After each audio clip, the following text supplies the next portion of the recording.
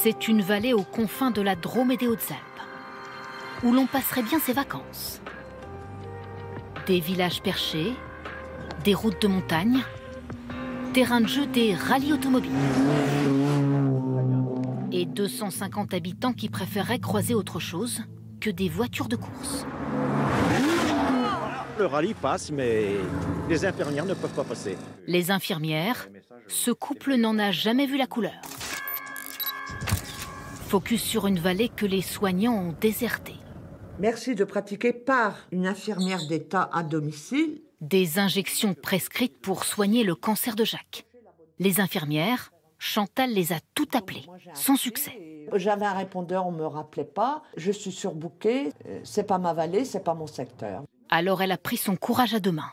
Comme ça, et puis tac, quoi, hein, voilà. Ouais. Et puis j'attendais la goutte de sang, comme ça j'étais sûre que la prise de sang, j'avais bien fait. C'est pas mon boulot, c'est pas... Mais c'est mon mari, donc je l'ai fait. Mais ce qui me mettait un peu en colère, c'est de savoir que c'est quelqu'un d'autre de qualifié qui aurait dû le faire. Parce que s'il y a un problème, c'est Chantal qui va l'endosser. Alors vous vous sentez totalement abandonné. Dans le village voisin, nous rencontrons aussi Marguerite, 84 ans. Un an qu'elle n'a pas reçu la visite d'un soignant.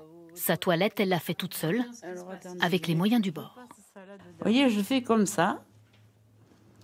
C'est plus facile quand c'est mouillé, hein, je vais vous dire la vérité. Et après ? Je fais ça, et puis je m'assois le plus possible, et je passe comme ça.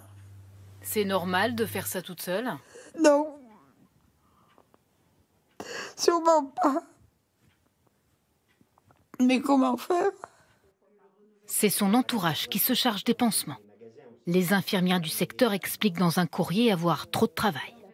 Elle est obligée de faire signer des décharges aux personnes qui lui font ses soins pour recevoir ses soins, mais être déchargée de la responsabilité.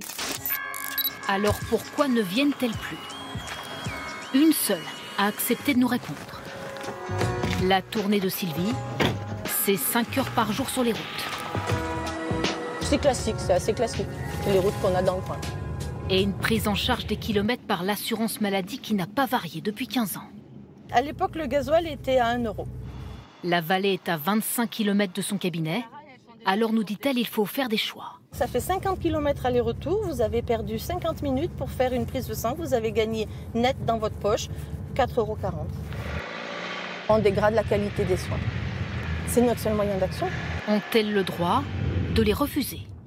Nous avons posé la question à l'assurance maladie. Seule réponse, un courriel qui explique qu'il n'y a pas de problème. Le nombre d'infirmiers dans la Drôme est nettement supérieur à la moyenne nationale. Et la désertification touche tous les secteurs de la santé. Il faut compter 40 minutes de route pour trouver un médecin.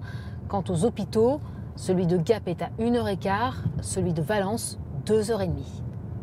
Encore faut-il obtenir un rendez-vous chez un généraliste. Est-ce que le docteur prend des nouveaux patients ? Je voudrais avoir un rendez-vous, s'il vous plaît. Non, le docteur ne prend pas de nouveaux patients. Ou un dentiste. C'est pas possible pour le moment. On a une très longue liste d'attente de 400 personnes. Les habitants sont-ils alors en danger ? Les maires de la vallée en sont convaincus. Depuis des mois, ils alertent les autorités sur ce qu'ils appellent la zone blanche. Une zone blanche des soins. Ils se sont même formés au premier secours. Il pourrait se passer un drame, oui. Je veux dire, une piqûre mal faite, un pansement mal fait, une infection, ça suffit. Je trouve que par moments, on traite mieux les animaux que les gens. Et quand les praticiens ne viennent plus, trouver le moyen de faire le chemin. Les communes se sont cotisées pour créer ce taxi des soins. Norbert sillonne la vallée 5 jours par semaine pour emmener dans les cabinets des villes les plus fragiles.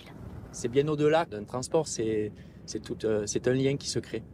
Si ça n'existait pas, je pourrais d'abord pas rester chez moi puisque je suis seule et je pourrais pas. Et grâce à l'action des maires, l'Agence régionale de santé a annoncé l'installation prochaine d'une infirmière. Les habitants du Séant attendent de la voir pour y croire.